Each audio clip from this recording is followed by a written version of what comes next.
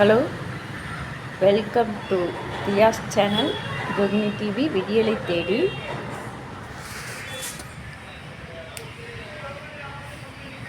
பெண்கள் எப்போதும் உஷாராக இருக்க வேண்டும்.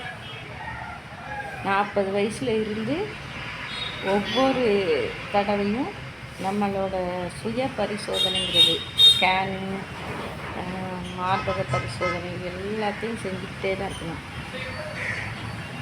ஏன்னா இதை நம்ம செய்யவே மாட்டோம். நம்ம மார்பகத்தை நம்மளுக்கு தொட்டு பார்த்து பரிசோதனை செய்யவே நம்மளுக்கு பயம். ஏதாவது ஒன்று சொல்லிட்டாங்கன்னா அடுத்த ஸ்டெப்பு ரொம்ப பயமாக இருக்குமே, நம்ம அந்த நோயை கண்டு பயப்படுறோம். அதுதான் முதல் தப்பு. இப்போ ஊரை பற்றி ஊர் என்ன சொல்லணும்னு நினச்சா நம்மளோட உயிர் போயிடும். உயிர் முக்கியமாக ஊர் முக்கியமானு சொல்லி ஃபஸ்ட்டு பார்த்துக்கணும். ரெண்டாவது, இதுக்கு என்னென்ன அறிகுறிகள் வரும்னு சொல்லி நான் ஏற்கனவே ஒரு வீடியோவில் சொல்லியிருந்தேன். இருந்தாலும் இன்னொரு நேரம் சொல்லிடுறேன். மார்பகத்தை சுற்றி ஊறல், முளைக்காம்பில் ஊறல், அந்த முளைக்காம்பிலிருந்து லைட்டாக திரவம் வருகிறது. இது எல்லாமே மார்பக புற்றுநோயின் ஆரம்ப அறிகுறிகளாக இருக்கலாம். வேறு ஏதாவதுனாலும் வரும். இருந்தாலும் 40-45 வயசுக்கு மேலே இந்த அறிகுறிகளெல்லாம் புறக்கணிக்கக்கூடாது. உயிர் முக்கியம்னு நினச்சி ஆஸ்பத்திரிக்கு போகிறது ரொம்ப நல்லது. ரெண்டாவது, தூக்கம் வராது. நம்மளுக்கு தூக்கமே வராது. எவ்வளவு தூங்க முயற்சித்தாலும் விடிய காலம் போல தான் நம்மளை அறியாமல் கொஞ்சம் தூங்கினா உண்டு, இல்லைன்னா தூங்க மாட்டோம். அதுக்கப்புறம் நீர் எரிச்சல், நீர் போகிற பாதையில் எரிச்சல், அடிக்கடி யூரின் இன்ஃபெக்ஷன்னு ஆஸ்பத்திரிக்கு போவோம். இதெல்லாம் தான் எனக்கு வந்த சிம்டம்ஸு. யூரின் இன்ஃபெக்ஷனுங்கிறது பெரிய சிம்டம்ஸாக இருந்துச்சு. பசிக்கெல்லாம் செய்யும், நம்ம நார்மலாக தான் இருப்போம். ஆனால் ஒரு காலகட்டத்துக்கு அப்புறம் நம்ம வெயிட்டு கூடுனது டக்குன்னு நம்மளோட வெயிட்டுக்கு ஒவ்வொரு கிலோவாக குறைய ஆரம்பிக்கும்.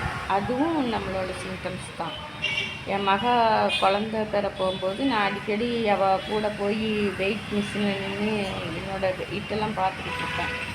அந்த பீரியடில் பார்த்ததுனால என்னோடய வெயிட் டக்குன்னு குறைஞ்சதையும் என்னால் கண்டுபிடிக்க முடிஞ்சது.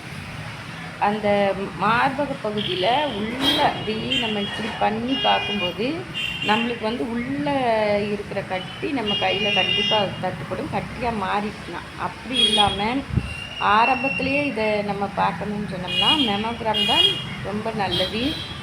ஒரு எக்ஸ்ரே மெமோகிராம் இது பண்ணிக்கலாம். எக்ஸ்ரே மெமோகிராம்ங்கிறது ஒரு எக்ஸ்ரே தான். அது நம்மளுக்கு ரொம்பலாம் வலிக்கலை. என்னையை பொறுத்த வரைக்கும் எனக்கு மெமோகிராம் பண்ணும்போது வலி இல்லை. அதனால எல்லோரும் போய் மெமோகிராம் தாராளமாக பண்ணிக்கலாம். ஆஸ்பத்திரியில் எனக்கு ஃபீஸ் போட்டது 850 ரூபா அவ்வளோதான் போட்டாங்க. இப்போதைக்கு அப்படியே போட்டாலும் 1000 ரூபா வரைக்கும் தான் சார்ஜ் பண்ணுவாங்க. நம்ம வருஷத்துக்கு ஒரு நேரம் தான் இந்த 1000 ரூபாவை கொடுக்க போகிறோம். அது நம்மளோட உயிரை பாதுகாக்கிறதுக்குன்னு நினச்சி கொடுத்துடணும். இதுதான் நம்மளோட சிம்டம்ஸாக இருக்கும். ரெண்டாவது, மனநிலை மாற்றம் ரொம்ப முக்கியமான அறிகுறியாக இருக்கும். நம்மளுக்கு டக்குன்னு மனநிலை சேஞ்ச் ஆகும். நம்மளால் தூங்க முடியாதுங்கிறது ஒரு மனநிலை. ரெண்டாவது, நம்ம ஒரு கட்டியோ எதையோ கண்டுபிடிச்சிட்டோம்னா அது தூக்கமே வராது. அவ்வளோதான், சோழி முடிஞ்சு.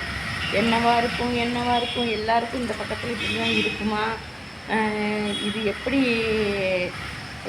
தன்னால் சரியாயிருமா அப்படின்னு நிறைய சந்தேகங்கள் நம்மளுக்கு வரும். எனக்கு வந்தப்போ எனக்கு என்னடா இது எலும்பு மாதிரியே தெரியுதே அப்படின்னு நினச்சி, அந்த இடத்துல எல்லாருக்கும் விழா எலும்பு போகும், நம்மளுக்கும் அப்படி தான் இருக்கும் அப்படின்னா எனக்கு சந்தேகம் வந்துச்சு. சந்தேகம் வந்துட்டு அதுக்கப்புறம் நான் இதை மெமோகிராம் பண்ணியிருக்கணும். நான் பண்ணின தப்பு, மகா குழந்தை உண்டாகி வந்திருக்கா, குழந்தை பெறணும் வைக்கணும், நம்ம இப்போ போய் இதை சொல்லிட்டு இருந்தால் நல்லா இருக்காது, அவளை விட்டுட்டு நம்ம ஆஸ்பத்திரி ட்ரீட்மெண்ட்டுக்கு போகணுன்னு நினச்சேன். அது பெரிய தப்பு. அந்த தப்பை நான் பண்ணதுனால இன்னும் கொஞ்சம் எனக்கு சிவியர் ஆகிட்டு. சிவியர்னு சொல்ல முடியாது, ஃபஸ்ட்டு ஸ்டேஜுக்கும் செகண்ட் ஸ்டேஜுக்கும் உள்ள ஸ்டேஜ், அந்த ஸ்டேஜ்லேயே கண்டுபிடிச்சிட்டோம். அதனால ஒரு நல்லது. அந்த ஃபஸ்ட்டு செகண்டு ஸ்டேஜ் ரொம்ப நம்மளுக்கு குணமாகக்கூடிய ஸ்டேஜ் அப்படின்னாங்க. அதனால அந்த ஸ்டேஜில் கண்டுபிடிச்சா கொஞ்சம் நல்லது தான். பரவக்கூடிய வாய்ப்புகள் கம்மியாக இருக்கும். நம்ம ஒரு சின்னதாக பார்த்த உடனே நம்ம போயிட்டோம்னா நம்மளோட மற்ற பகுதிகளுக்கு பெரிய பெரிய பகுதிகள் மூளை, தொண்டை, அதுக்கப்புறம் நம்ம இங்கேயே பக்கத்துலேயே கல்லீரல், கணையம், கிட்னி, சிறுநீர் பை இப்படிப்பட்ட பகுதிகளுக்கு செல்லாது இந்த கேன்சர் கிருமி. இல்லைன்னா நம்ம கவனிக்காமல் விட்டால் அந்த பகுதிகளுக்கெல்லாம் பரவுறதுக்கு வாய்ப்பு இருக்கும். இதுதான் ஆரம்ப ஸ்டேஜ்லேயே வாங்க அப்படின்னு சொல்கிறதுக்கான அர்த்தம்.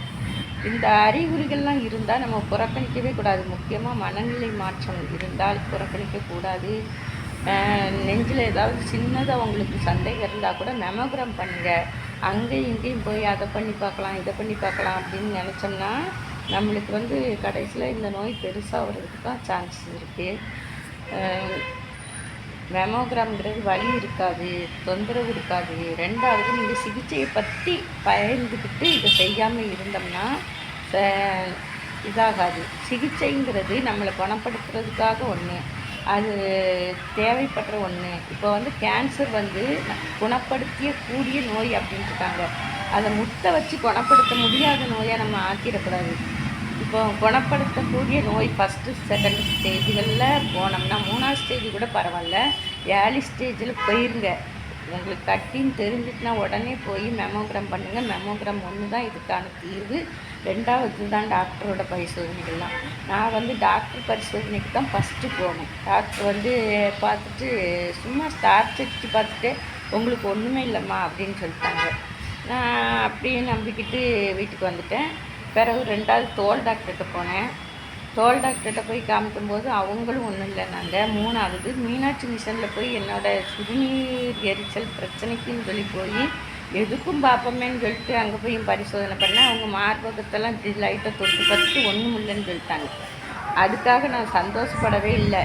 ஏதோ இருக்குது, நம்மளுக்கு ஏதோ செய்யுது, விடாத சிறுநீர் பிரச்சனை இருக்குது, நீர் எரிச்சல் பிரச்சனை இருக்குது, அப்போ ஏதோ இருக்குதுன்னு நினச்சி நான் திரும்பியும் போய் டாக்டர்கிட்ட இல்லை எனக்கு கட்டி மாதிரி படுது அப்படின்னு சொல்லி அதுக்கப்புறம் சொன்னேன். இதுக்குள்ளே என் மக குழந்த பெற்று 3 மாதம் ஆயிட்டு. அதுக்கப்புறம் தான் நான் போய் டாக்டர்கிட்ட போய் சொல்லும்போது அவங்க பார்த்துட்டு ஆமாம் அதே டாக்டர்கிட்ட தான் அதுக்கு முன்னாடி போனேன், அவங்க ஸ்டார்ச் அடிச்சு பார்த்து இல்லைன்னு சொன்னவங்க. அதே டாக்டர்கிட்ட திரும்பியும் போய் நான் கட்டின்னு சொன்னேன். எனக்கு ஒரு பயம் டாக்டர்கிட்ட கட்டின்னு சொல்கிறதுக்கு. அவங்களா பார்த்து சொல்லட்டுமேன்னு ஃபஸ்ட்டு தடவை நினச்சேன். 2வது தடவை அப்படி நினைக்கக்கூடாது அப்படின்னு சொல்லி நானே சொன்னேன். அதனால தான் இன்றைக்கி உங்கள் முன்னாடி உட்காந்துக்கிட்டு இருக்கேன். ஏர்லி ஸ்டேஜில் பார்த்தோம்னா குணப்படுத்திக்கலாம். நீங்கள் போய் அந்த டாக்டர்கிட்ட உங்கள்கிட்ட கட்டி இருந்தால் இருக்குதுன்னு சொல்லிடுங்க, இல்லைன்னா மெமோகிராமுக்கு நேரம் போயிருங்க. முதல் பரிசோதனையாக நம்மளுக்கு என்ன செய்கிறாங்க, என்ன சொல்லுவாங்க அப்படிங்கிறத பற்றி நான் உங்களுக்கு அடுத்த தடவை சொல்கிறேன். விழிப்புணர்வோடு இருங்க. மெமோகிராம் கண்டிப்பாக பண்ணுங்கள். நான் உங்கள் கற்பகம். விடியலை தேடி. உங்களுக்கு பிடிச்சிருந்தா சப்ஸ்கிரைப் பண்ணுங்கள், லைக் பண்ணுங்கள். நன்றி. அடுத்த சேனலில் இதுக்கு எப்படி டெஸ்ட் எடுப்பாங்க, எப்படி ட்ரீட்மெண்ட் பண்ணுவாங்கங்கிறத உங்கள்கிட்ட சொல்கிறேன். தேங்க்யூ.